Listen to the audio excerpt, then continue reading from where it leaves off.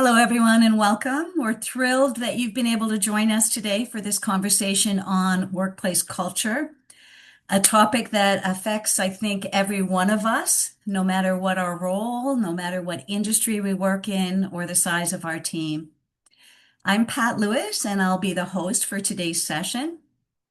Before we get started, I have a couple of asks and some information to share. So, one of the asks is that you drop in the chat where you're joining us from today.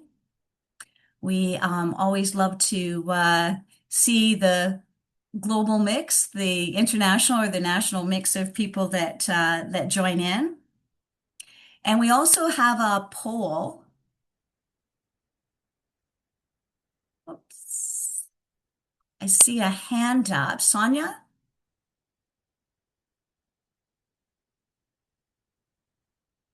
Thank you. So Ben's put a poll in the chat. If you can respond to that poll, that would be great.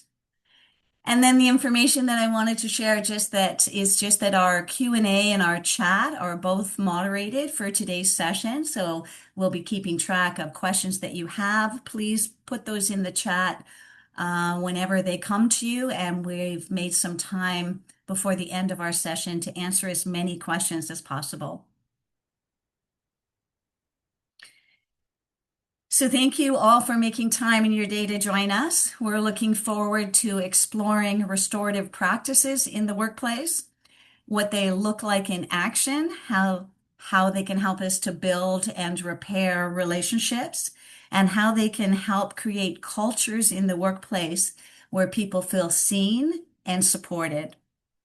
I'm really excited to dive in, and I'd love to start by welcoming our guest.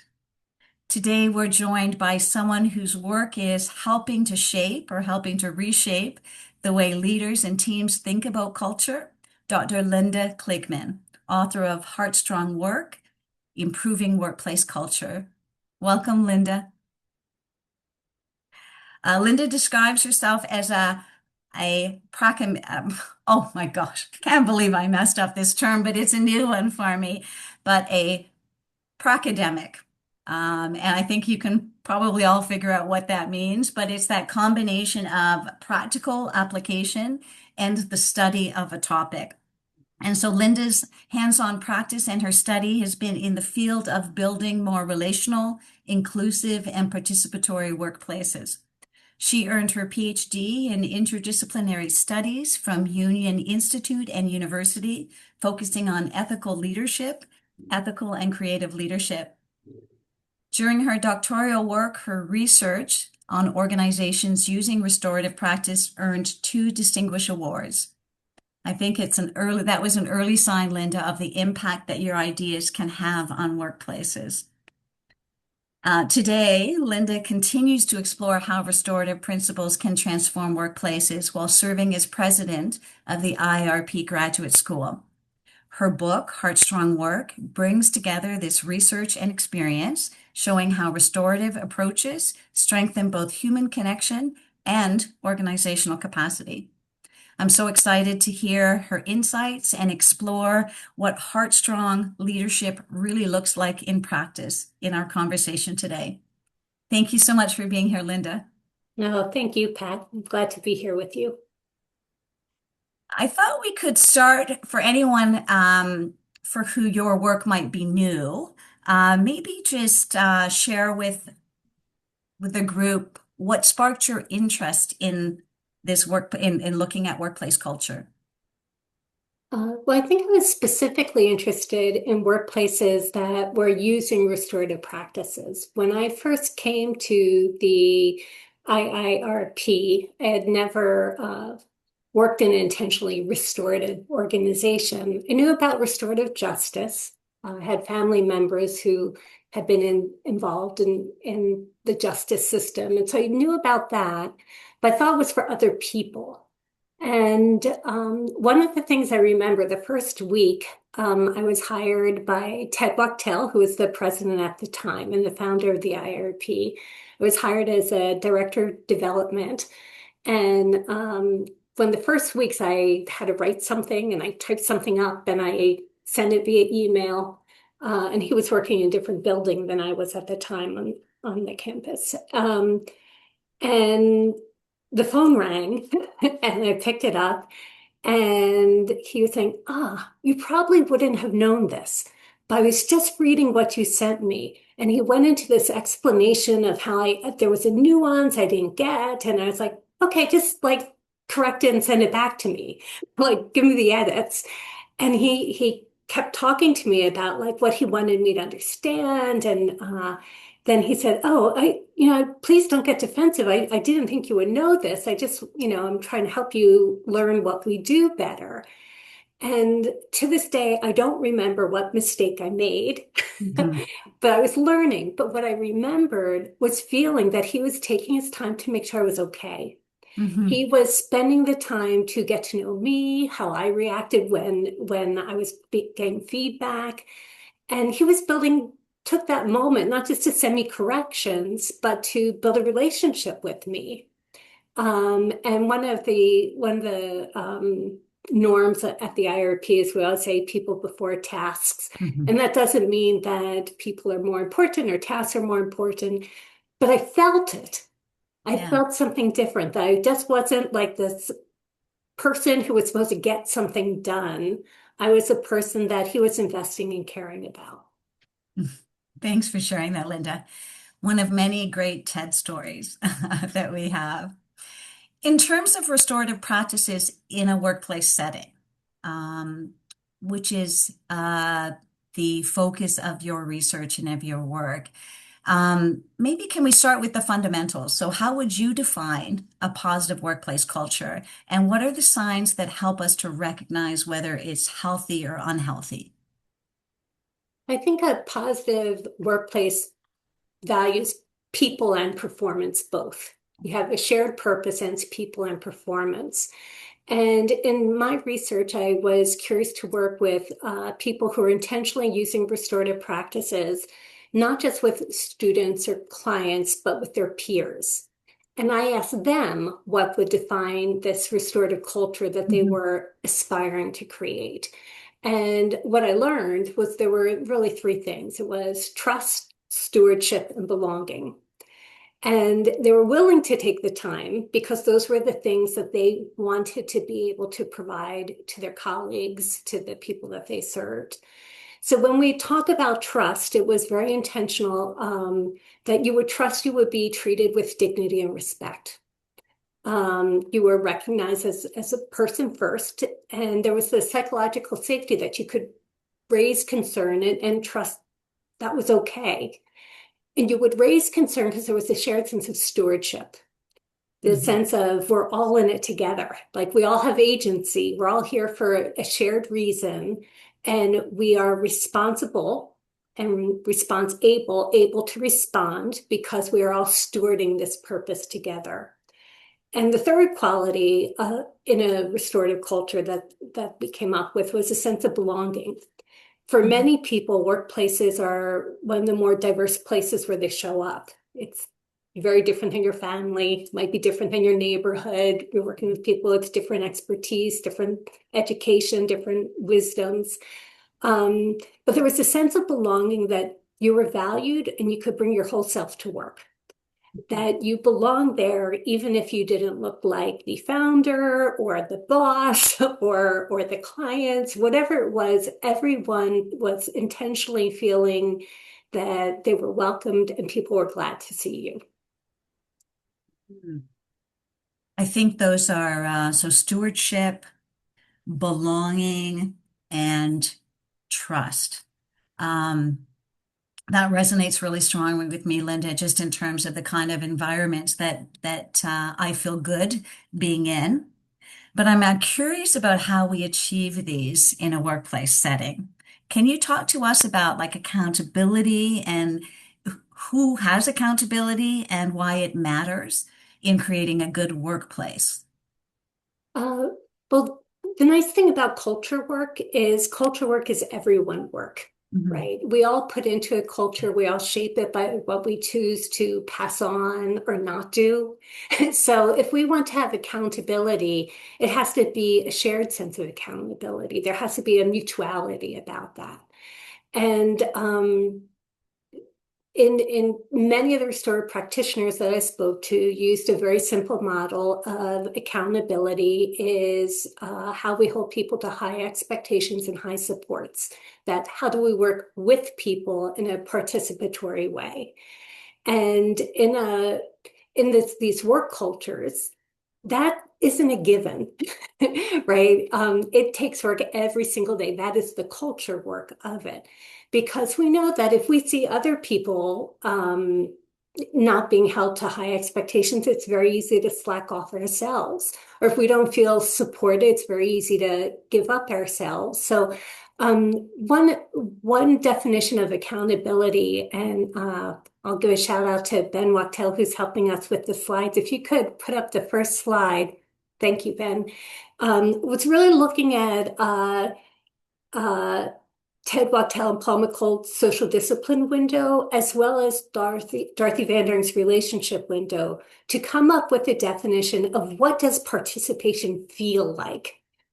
And in the social discipline window, it was looking at how do we manage control and expectations, and how do we manage our support. And I showed here with an arrow because this is what we as people get to control. How we hold people to expectations, how we show up to support each other.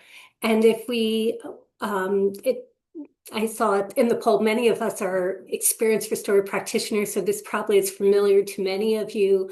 But the width window is that aspirational best, when we hold ourselves to high expectations and we are giving our best abundant support, that is that restorative ethos. That's when we're all showing up with agency, with a sense of belonging that we can do things, we can work together, as opposed to when we are doing things to people or for people or not engaging at all. So in this ideal sense of a width window, that restorative ethos is when we aren't objectifying our colleagues and telling them what to do, or we think we can do it better than them, so we'll do it for them. But how do we show up and engage with people and value what they're bringing to the workplace? And Ben, would you mind just going to the next slide for me, please? I put this into what does it look like in workplaces? Because it's different when we're working with our peers. We want ourselves to be happy, more cooperative, able to make positive change. What does that with look like? And one of the things that when I was talking to leaders who were intentionally creating restorative workplaces, everyone had stories when they were not in the with box. There were times where people were maybe two, because of safety, they had or regulations, there were very specific ways things had to be done. People did things for each other just for efficiency's sake. Like right now, Ben helping me with the slides, right? Like I appreciate that he's willing to be in that for box for me right now, so I can stay nervous about my conversation with you, Pat, right? And then there are times where we're in the not box. And what the beauty of restorative practitioners know is that we separate the deed from the doer. We're not casting value on people, but we're noticing that. Someone could be in the not box, not because they're negligent, but because there's something over there requiring more attention and they can't be there at the moment. So as practitioners, there are times where we will be in all of these boxes, but it is in that with space when we're feeling we're working with colleagues, we're sharing ideas, we're sharing feedback, that we feel much more collaborative, as opposed to when someone's telling us what to do and we feel micromanaged or we feel unappreciated and not recognized for what we're doing. Mhm. Thank you, Ben. You can take that down. I love the connecting with kindness. And it sort of relates to the next question that I had for you, Linda. I think introducing relationships and emotions into our workplace is new thinking. I think that's something that you as a restorative practitioner has brought into thinking about workplace cultures. Why do they matter in creating a positive workplace culture?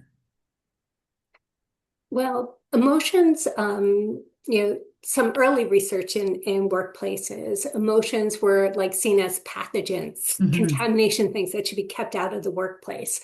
I remember early on in my career where I was told to act professional. I'm still sometimes told, don't take it personally. Like there's this sense that somehow we can show up at work and extract our feelings, right? Um, but in any workday, we might feel excited, we might feel nervous, we might feel energized, we might feel intimidated, we might feel anxious. All of those are real emotions. And what we know about emotional intelligence, and certainly I'm not the only one who's written about emotional intelligence at workplaces, is they give us really good data. They alert us to something that needs more attention. Uh, and it's not that we shouldn't have emotions in the workplace, but we need to learn how to self-regulate so that my anxiety doesn't become dominating on somebody else, that my fear doesn't cause me to withdraw and not give really important feedback someone needs to hear. And so that restorative practitioners were very intentional about managing emotions so that they would benefit people and performance both. And there are lots of studies about emotional intelligence in workplaces. They're considered soft skills, right? And hard skills might be specific skills about how to teach math or, uh, Hmm. do something very specific or technical. But soft skills are our emotional ability to self-regulate, to show gratitude, to Hmm. be able to feel nervous and ashamed, but still have courage to show up. So, Harvard did a recent study and found that actually our soft skills are valued. 80% of career advancement, they said, is related to our soft skills, how we're able to manage ourselves and work with others. Hmm. That's a huge number. Like that's, I mean, not surprising as a restorative practitioner. That's not surprising to me, but I'm sure that that would be surprising to many. I wonder, Linda, about vulnerability. And I think particularly in the workplace. So you're saying that vulnerability is important for improving workplace culture. Can you talk a little bit more about that? Yeah, so in my research, vulnerability was one of the key elements that restorative practitioners identified. And I think what's really interesting about if you think of any workplace or when we show up at work, we are asked to do something. Many of us are doing things we've never done before, especially in this day and age.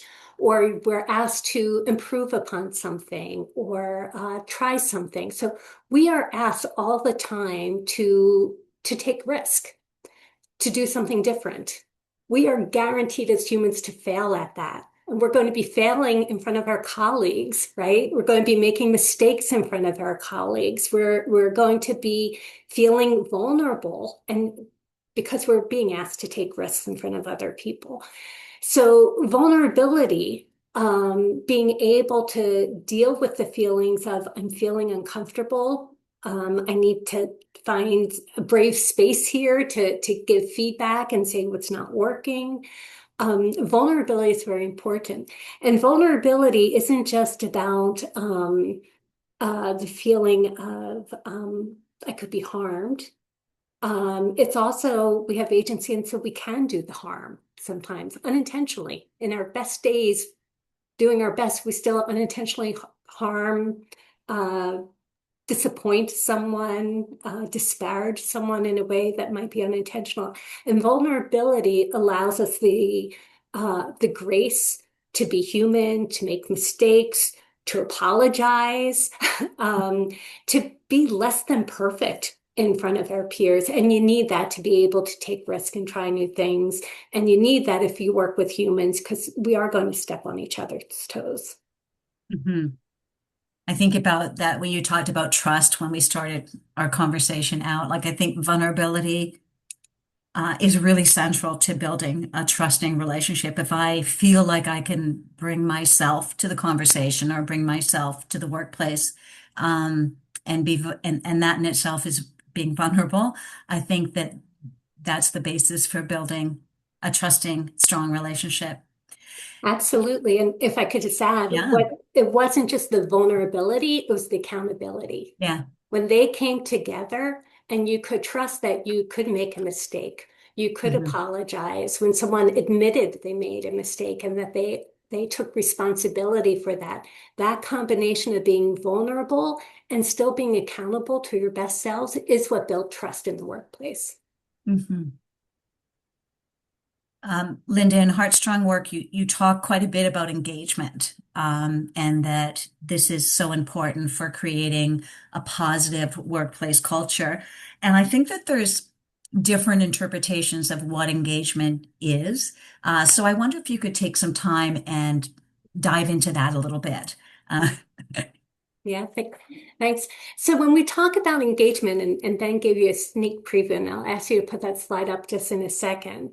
What was interesting, the definition of restorative practices that I used came from Ted Wachtel's work of participatory learning and participatory decision making. So engagement is about meaningful participation, mhm, meaningful. You're able to influence outcomes, you're able to have agency in your own life. You know, engagement was about how do we coordinate our efforts to to accomplish something better than any of us could individually. And and it's also, you know, when we talk about our purpose, we talk about hearts, and this is where Heartstrong came from. A lot of times growing up, when I think about hearts, you think of Valentine's, you know, you think of a sentimentality. And it was very intentional that emotions were important, not just for sentimentality. It's our emotions that give us strength. And so we need to really look at what gives us strength. And Ben, if you wouldn't mind, now would be a good time to show that illustration. This is of the human heart. mhm, So growing up in middle school, you might have seen pictures of the heart, and it kind of has that heart shape, but it's divided, right? It's bifurcated. Half of it is red blood, half of it is blue blood going to the lungs, coming from the lungs. There are different chambers, there are different divisions, there's all these specialized valves that push things around. So it is very similar to workplaces. This organ is very similar to organizations, right? We have divisions with specialized functions, but the heart is the strongest muscle in the human body. And I find this fascinating because with its divisions, or maybe because of its divisions, it's still able to pump 2,000 of gallons of blood a day, defying gravity up to your head, right? And it just keeps pumping. And the reason it does that is the muscle itself. And so this is a beautiful illustration of what the heart musculature actually looks like. And the heart muscle is different than all the other muscles in your body. So if, you know, if I touch something hot, we know that, you know, there's some neurotransmitters. It goes up to your brain. Brain says, move your hand, sends that message down, moves the hand away. The heart is what's called a myogenic muscle. And it doesn't require you to send a message to the brain. The way the musculature is all overlapping, it communicates with itself. mhm, It can respond to any message that's coming from any other part of the heart and immediately change its pace. If there's a weak part, you know, the other muscles can pick that up. So that muscle structure is about its closeness. It's about connection. It allows it to be responsive to changes immediately. And by doing that, it reduces the pressure. You know, it continues that strength. And so I thought it was a beautiful way to reframe that working with our heart isn't just about sentimentality. It's actually a way that if we're intentionally connected and communicating with each other, we can actually build our strength. And in Heartstrong Work, I sort of frame that as heart work. mhm. And the idea is that participation is what's flowing through the veins. It has to get to every part of our body so that we can be healthy and function well together. Mhm. Thank you, Ben. You can take that down. I appreciate that. Linda, I think that that is a powerful metaphor. Like I think it's a when I think about when I hear you describe the work of the heart and as the muscle, and I think about the practice that it takes sometimes for our muscles to be optimized, and to be working well. And I think a lot of restorative practices is not about getting it perfect and doing it right, but it's about the practice of these strategies and skills that help to build that strength. So yeah, just a wonderful comparison.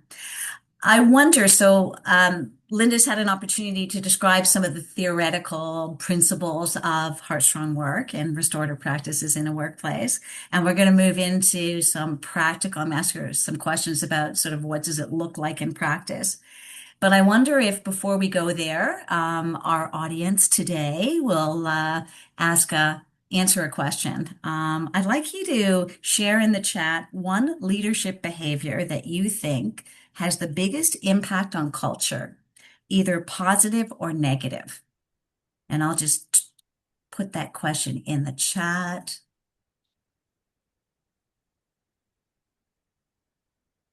So, one leadership behavior that you think has the biggest impact on culture, either positive or negative. Oh, honesty. I love curiosity as well. And you hear the open door. I see someone put in open door. Like you hear that. I hear leaders all the time saying, "Oh, I have an open door policy." I think it matters what you do when someone walks through the door, though. I think that that has an impact, not just the being able to connect, transparency, Transparency, curiosity. vulnerability, curiosity. Yeah, Love all it. those things. And all of those things, like you're saying, it's how we do it, Hmm. right? Um, that really matters. And it's what you feel, Hmm. when you Hmm. walk through that door. Hmm. Yeah. I love that, Kendra, mindful of who's in the room, and thinking about the voices that need to be there. There's an intentionality to that. And I think that strong leaders have that intention. It's not just happening by chance or because they happen to be a gregarious person. Thanks so much, everyone, for putting those in. So now I'm going to turn it to Linda and ask her to share with us the practices that increase the level and the quality of workplace engagement. So what is it that we see leaders, or what can we as leaders or team leaders or middle managers do to support this strong workplace culture? Well, so my research actually involved conversations around many of these skill sets, facets, traits that Mhm. I'm seeing in the chat itself. And when I was doing my research, I used something called grounded theory. So it was talking to people on the ground. So leaders in workplaces that were intentionally creating restorative cultures and ask them this very question. What do you do as a leader to show up? What is it that you're bringing in to achieve this place that you want to make special, that values people and performance both, that has a sense of participation? And so then I think this might be the last slide I'll ask you to put up. But I'll show you what we created. It's constructivist grounded theory. So we co-construct with participants what it is that defines a restorative culture. Why do we put the time into this? And as we talked about, what the culture was that was most important to people that in the study that we came up with was trust, belonging, and stewardship. But how do you create conditions for that? Mhm. So vulnerability was a lot of using I statements, that transparency, sharing your feelings, sharing your mistakes. And they did that to foster empathy and connection, right?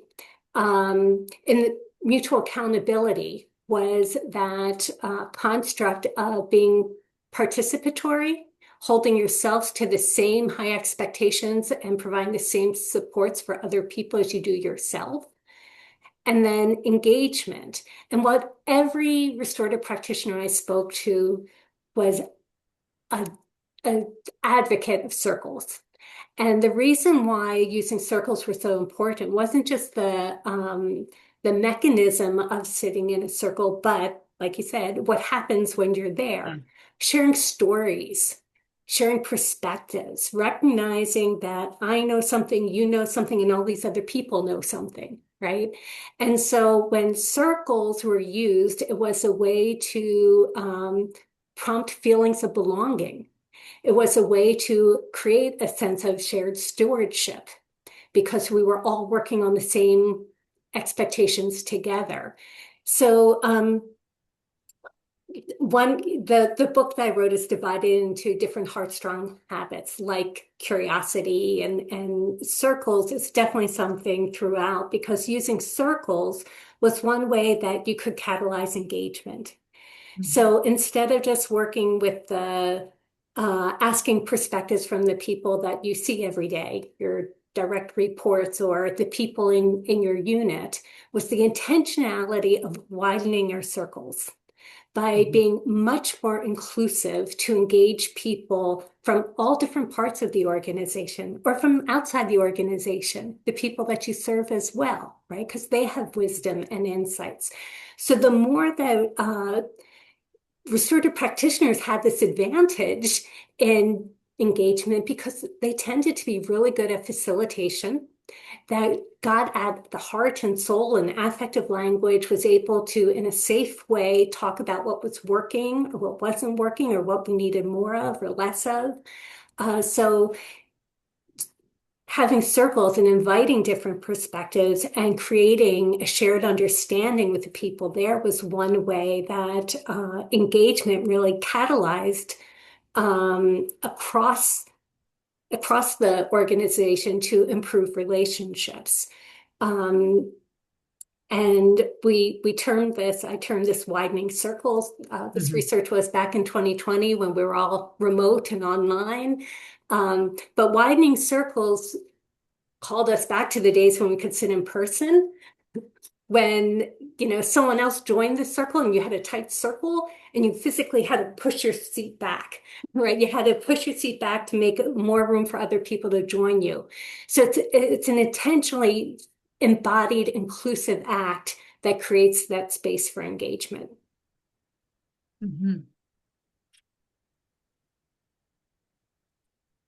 Um, I love the term widening the circle.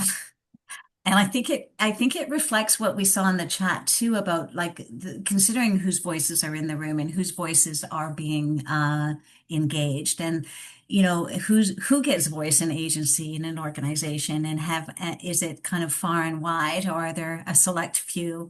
So yeah, I've always loved that term, Linda. Um, I wonder if folks in the room are thinking like I'm thinking about sort of the this quiet challenge or this elephant in the room um, that we call resistance. So how do you foster, like, how do you foster a culture when A, it isn't established yet, or B, when people don't quite buy in? So resistance is good information, right? It's data. Like when you think of your heart beating, right? When there's something that isn't working well, you need to know that, right? Because that's how you can address it. That's how you can respond to it. So what's really important is to think about where the resistance is coming from and why. Mhm. Is it that there has been harm that's been caused, right? Mhm. We can't get past harm if we don't address some needs that people have, right? A lot of times in organization, there is uh, gossip or one unit just talks to the other unit. Our Yeah. department's got it all together, they don't, right? And again, that's the the the resistance there. The answer is widening the circle so you can expand your perspectives Mhm. because there are other things that need to be considered, not just for understanding, to come to a shared understanding, but then also to collaborate and come to a better sense of agreements of where you want to move forward. You also can't do this heart work without doing your own your own Mhm. stretches, right? You have to build it up. So it's feedback. Um, it's reflection, hand in hand, being able to understand how you are showing up in relationship to others. Mhm. I love that resistance is good information. Because sometimes it's just we feel defeated when we're met with kind of resistance. I wonder about, I'm thinking about some of the organizations and some of the leaders that I work with, Linda, and often they're not the CEOs or the CFOs, like they're not in charge of the whole organization, but they might be leading a team or a small division. And they might see real value in adopting practices that will improve the workplace culture, in their team. Would you have any suggestions for those leaders that are maybe working in a non-restorative larger organization, but are interested and maybe committed to doing this work? I think the easiest place to do culture building is through invitations for engagement. And I Hmm. think everyone has some level of agency to different extents of how to do that. So, the way that I look at engagement, it's the corollary to acts of inclusion. When Hmm. we invite people, we give them the ability to engage. They go hand in hand. They're one and the same. And it's important to think about what your realm is and where you can engage. Because if we know that engagement like can catalyze relationships, there is a place for almost anyone to start in a workplace. I know not everyone can be vulnerable at work. For Hmm. some people, it's not safe to admit you made a Hmm. mistake, right? That's a hard one for some people to start with. Accountability sometimes is hard to start with. But I think that the human nature of relationships allows us to begin with intentional acts of inclusion, inviting perspectives that might challenge us, that might stretch us, that might provide, I didn't see it that way, Hmm. give us those insights we need. And when we make those intentional invitations for engagement, that is where we can start building a sense of belonging. I Hmm. value what you have to say. I'm going to listen to what you have to say, even if it's uncomfortable, and I will benefit from what you have to say. So, I mean, I think when I think about where this work starts, I also spend a lot of time talking to people who don't work at an organization that practices restorative practices, and or they just do it with their clients and not with each other. Where it comes down to is how do people make those open invitations to engage and build relationships with their colleagues, start building trust with their colleagues so that they can learn from their colleagues and that they can share information with their colleagues and share decision making with their colleagues. You don't have to make decisions alone. You have the benefit of other people around you. So, for me, I think engagement, the ability to invite engagement is one of the greatest things we as humans have to get started. Hmm. I really appreciate that. And I see it as a small move, right? Just a baby step that I can take as an individual in my workplace, that I start issuing or I start giving those invitations to the people around me, and see how that has an impact on that relationship and build it from there. Yeah, and circles are great with that, right? Yeah. Because I saw most people here were involved somehow in restorative practices already. So, like the beautiful Mhm. thing about a circle is inviting people into the conversation. Yeah. What brought you here? Learn why people are at work. What do you love about this? Where do you struggle? Just inviting creating that circle where you can start hearing that people are perceiving things differently. Mhm. People are having very different lived experiences. It's a great way to make a human connection and realize that your perspective might not be the only one. And it's through that we show up and we can be in relationship with other people. Mhm. I have to be honest, I do find some resistance when I use circles. Not using them, but when I say, "Oh, let's come together in a circle." So, in some organizations, what I've encouraged leaders to do or people to do is to gather in their meeting, but to Mhm. use kind of a circle format and perhaps that past, present, future organization for the questions. So, yeah, because gathering in circles has all sorts of connotations, I guess. And as practitioners, we know the power of the circle. But in workplace settings that aren't familiar with restorative practices, I think that can be a scary thing. Back to vulnerability can be a scary thing if I'm being asked. But I think Yeah, there's ways to even make a meeting more relational um, absolutely. by the Absolutely. questions that you ask and how you engage. And allowing everyone to answer. Last week I was at the I think I was telling you about the dialogue lab that I went to. International Leadership Association had a dialogue lab. Mm, Most of the dialogue was around tables because sometimes it's very vulnerable to be sitting in a circle with yeah. your whole body exposed, right? We're used to sitting around tables. And there were prompts that people wanted to engage in, but it's also the recognizing of who hasn't spoken yet, right? So even if you're not facilitating a circle, you have the ability to facilitate a dialogue and say, Pat, I'm curious. I Mm, haven't heard what you think yet. Do you want to mhm, share? And mhm, inviting people mhm, into conversation and showing that you see them and you mhm. value them, even if it's not in a circle prompt. Yeah. So in naturally occurring meetings, Yeah. or What are you noticing? yeah, what are you As a leader, noticing? what are you noticing and how are you responding to what you've noticed? So yeah, yeah, I think that's really helpful, Linda. Thank you. I think I saw a couple of questions. I wonder if we could open it up for some questions, and then I have a few other um, comments that I wanted to, or questions that I wanted to ask Linda, and then we'll wrap it up. Does that sound okay? So I have to manage. Just look at the Q&A. So, um, this is an excellent question. I lead a large group of leadership volunteers, and our organization has gone through a lot of change and really rough times.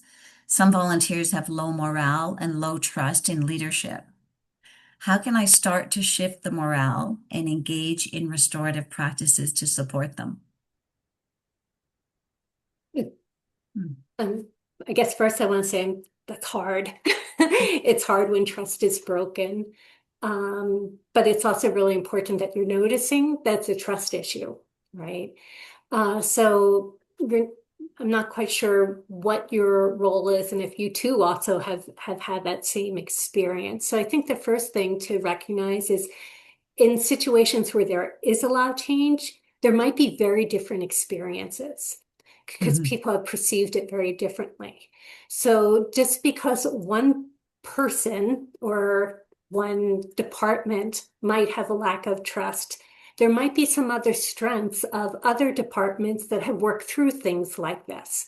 That so the first thing that as a restorative practitioner is trying to create participatory learning always came before participatory decision making. So the first step is engaging and learning what these experiences are. And people might be very familiar already with ways that we use questions to prompt curiosity and understanding what has happened and understand what needs people have in the workplace that can be addressed. Because many times they can be, not everything can be, but many times they can be. So I guess my response to that is what you can do is start by having conversations with many different people right in that circle to understand what has actually happened and what needs that creates. They might be things that you're able to manage. They might not be. There are some things that are out of our control. In my book, I tell a story about a small human service organizations that had to do layoffs. That's out of their control in some ways. They didn't have the same client base they used to and the money coming in they used to. So sometimes there are things we can't control, But is there somewhere in there that we do have some agency, some choice? But it all starts with making sure that we're all learning that transparency, that people mentioned in the chat, what can we share? What do we know so we can benefit from understanding what impact this has had on many people in the organization? Mhm. Thank you, Linda. I often think of Kay Pranis. That question made me think of Kay Pranis, and she talks about we have everything we need here. And so I wonder, sometimes we hesitate to open the conversation or to acknowledge, this is really hard. Like, let's talk about what support's needed and how we can step up for each other. And sometimes it's not the whole answer. It doesn't make everything better, but just that sense of empowerment that some of the solutions that we need, some of the answers we seek are here, can be helpful too. And it's beautiful, yeah. There's another question. There is a question about access to the slides, so I'll talk about that before we leave. What are some specific examples of engagement? Darn, my little box is kind of off to the side, of engagement, how to facilitate that well. Did you have some specific examples of engagement? So at work, I've talked a little bit about circles because in my research, all restorative practitioners were using circle dialogue, but I want to also point out you don't need a circle. We engage with people in one-to-one every day. We have the ability to come in and say, I'm glad you're here, and greet people. Are you okay? You look worried. So some of our engagement is going for a walk with someone, right? Not everything has to be structured. And certainly as you bring more people into a conversation as a facilitator, you're creating variables in the outcomes and where the conversation is going to take you. So some specific one as a someone who at work, I put a lot of time and energy into how I engage in supervision and one-to-one conversations. At the IRP, we tend to start supervision. How are you? How are we? How are we doing? Before we get to the task list. How's your team doing? Very open-ended questions, and listening, so that there's meaningful follow-up that gives you more understanding of, oh, wow, what did that feel like? How did people react to that? To show that you're open to hear their perspectives and welcome their experiences into the conversation.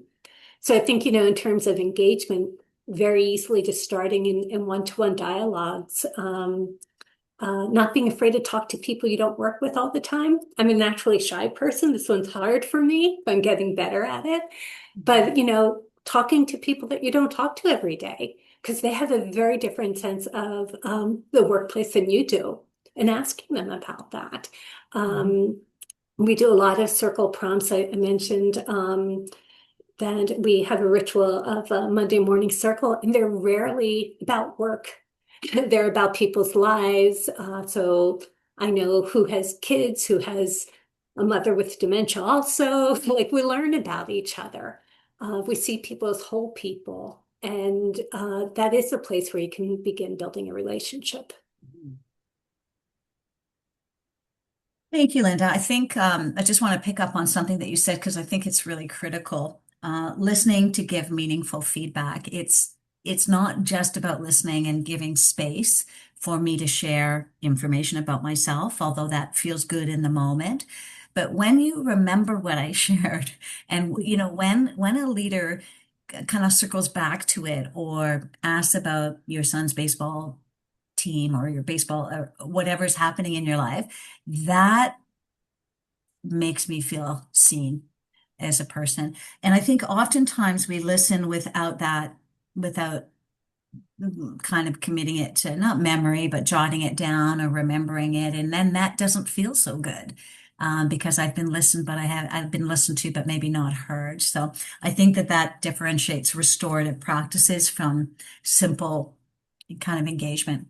There are some great questions here. And one of them is, what are some ways to measure this change over time? A lot of workplaces invest a great deal of money studying workplace engagement. Mhm. So there are all different kinds of climate tools you could use that asks about trust, about feeling of belonging. But most often, what you'll see in workplaces is measuring engagement and um, and then breaking down the data, right? Not just Mhm. looking at like, oh wow, we scored 80. If there's only like five people scoring 100 and 95 saying zero, we can't average it out. We have to deal with what the problem is. So, I think there are some really great tools that we use that allow people to give anonymous feedback in surveys. Um, Fortunately, at the IIRP, we are very intentional about using circles to share feedback out loud. So people all have the benefit of hearing different perspectives.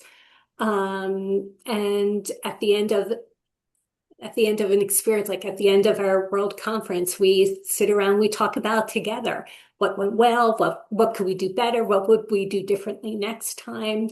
And the the wisdom in the room is brilliant, right? We always learn something that we can do better. But it's making sure we take the time to ask those questions and consider the responses.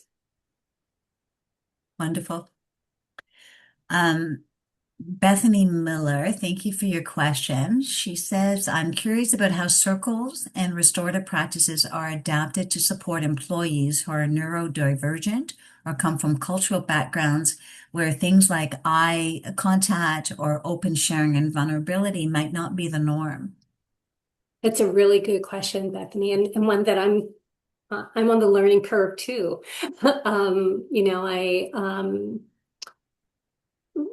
Restorative practitioners are very dialogue heavy by nature, right? We favor people Mhm. who can articulate thoughts in the way that we want to hear them, right? So, even in our dialogue, making sure people are allowed to pass. Not always relying on dialogue, some circle prompts could be written. Draw me a picture, show me what this looks like. There are different ways that we can slow down a conversation so the people who are the quick processors don't take up all the space, right? But also to your point about, just I think you talked about cultural backgrounds.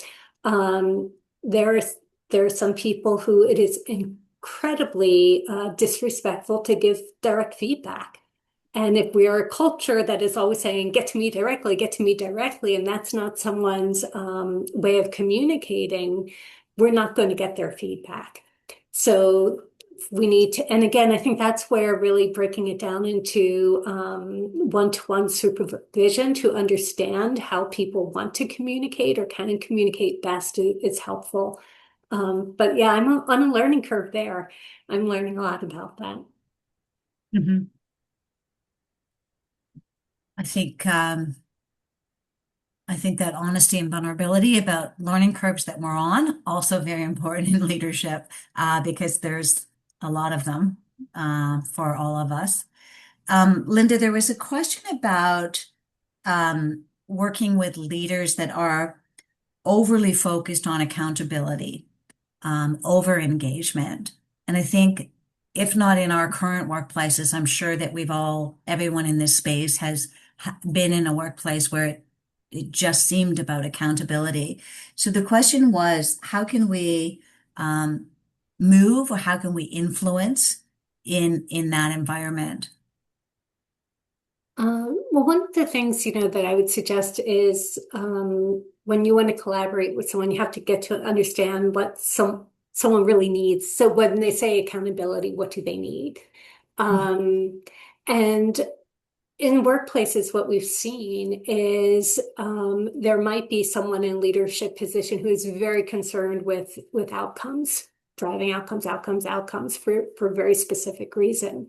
So that person might be more interested in approaching a relational set of practices based out on employee retention. keeping people. When we treat people with dignity, we don't have the turnover that other people do, and turnover is expensive. Um, Employee wellness is $1 billion industry now, and workplaces invest in it because people don't show up to work. People get burnt out. There's a real cost to that. So, in terms of when when I hear someone grumbling, oh, that's all that soft stuff. It doesn't matter. I care about this and this and this. And it's like, huh, and are you able to keep people there? Is that working for you? How's that working for you? Because if there is that turnover, you then have another way to approach it. Mhm. We also know that when people are more engaged, the data shows there's less workplace accidents. There's greater innovation and creativity. So there's a lot of data that supports employee participation to outcomes that leadership might be looking for. Mhm.